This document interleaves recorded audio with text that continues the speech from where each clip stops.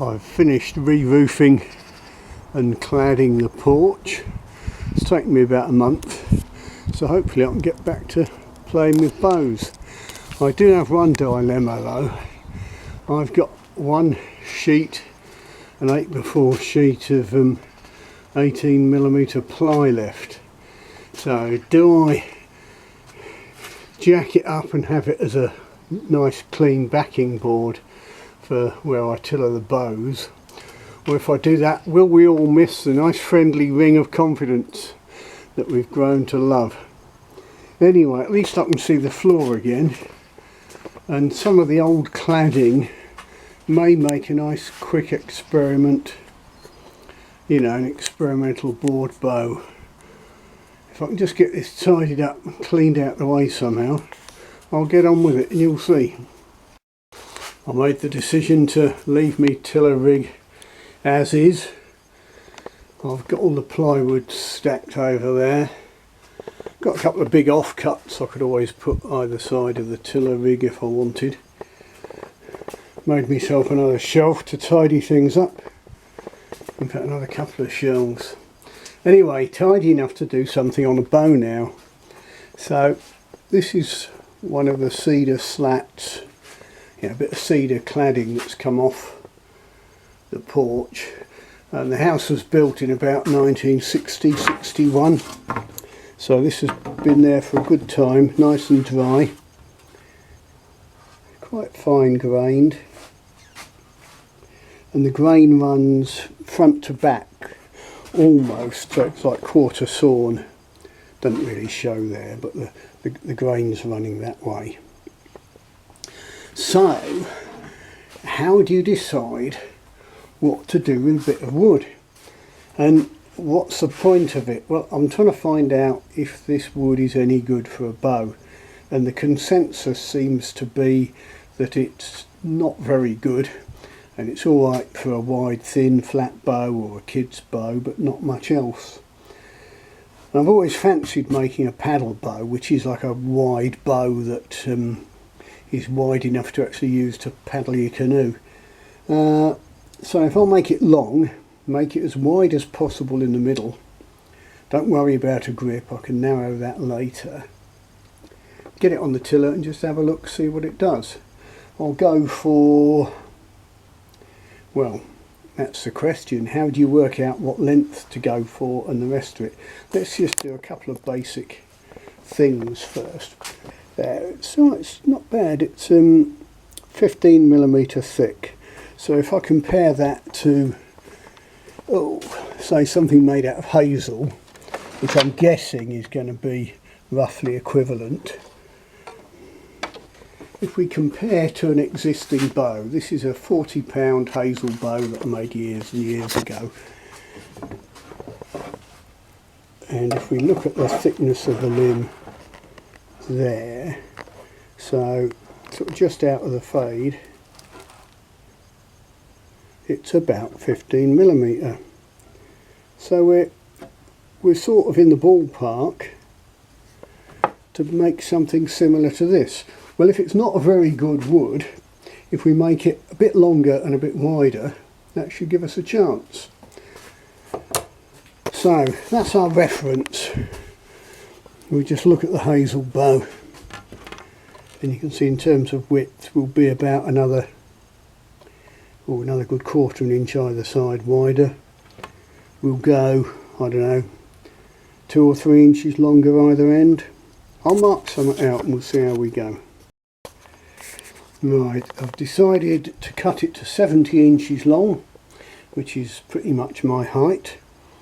We'll have it full width in the middle, and we'll taper it to a point, because if you have constant thickness, i.e. no thickness taper at all, if you taper it to a complete point, to 0 at the tip, that should bend in the arc of a circle. But obviously if you go to a complete point, you've got very little to tie the string onto. But I'll mark it to that point initially, then we'll just allow a little bit of extra width just over the last, I don't know, 3 or 4 inches, enough to get a knock on. So I'll mark that out, then I'll whiz it through the bandsaw, stick a string on it and see what it does. So there you can see that's what it looked like tapered to a point, but I've come in 4 inches from the tip. I then go parallel to give me some width for a knock. That's about 10mm wide, approximately ½ inch, whatever.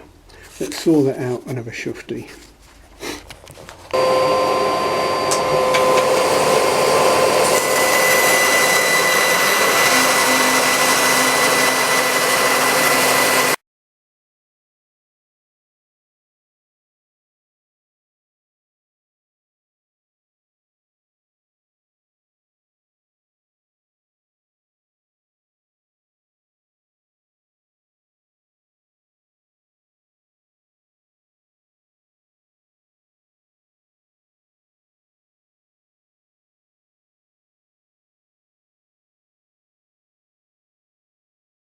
Now, right, in cleaning it up, I noticed we've got a nasty little split on that tip, but I don't think that's enough to going to do a lot of harm, to be honest. I might just stick some super glue in there and bind it up for now so we can carry on with the experiment. Alright, I've stuck some low viscosity super glue on that and bound it up. I'll leave that a few minutes. But you'll note it's not a perfect stave anyway. We've got, you know, dinks and nail holes and stuff going on. Right, it's good to be back. So the thing to remember, this isn't a selected board with perfect grain. The rings are running front to back, back to belly basically. But they're sort of at an angle. Ideally you'd select a board that with perfectly straight grain in all directions, but if you use something like ash or hickory, if you have the rings running back to belly, it's quite a quick way of giving an easy bow. Anyway, I'm not necessarily trying to make a bow, I'm just trying to evaluate what this timber will do. Is it any good for playing with as bows, or shall I use it for making planters, kids' toys, or just chuck it in the skip?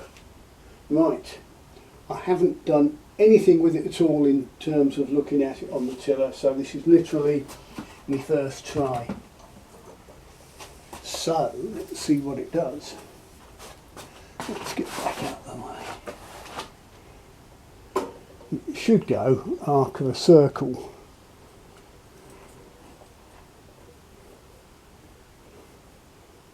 That's, what's that, £20.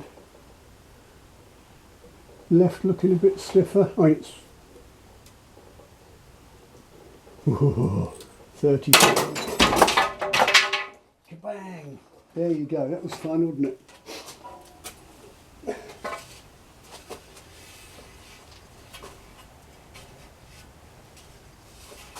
So it sheared that tip off.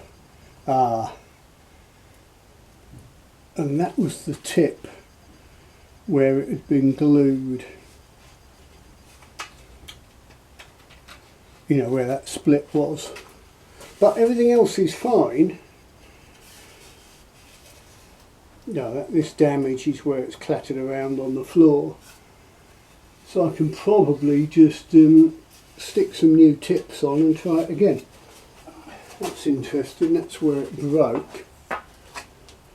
So we've lost a lot of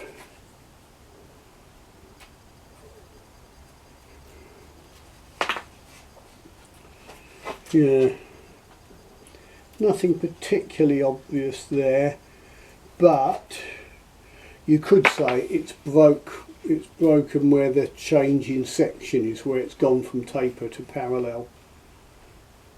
Any change in section is a weak point. But what I'll do is I'll stick some more knocks on it and we'll have another go, because that was sort of a bit inconclusive.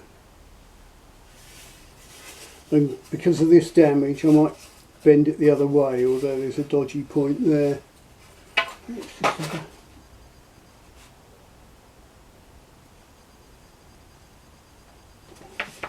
it does seem to take a reasonable amount of bending. I'll stick some more knocks on it and we'll have another go.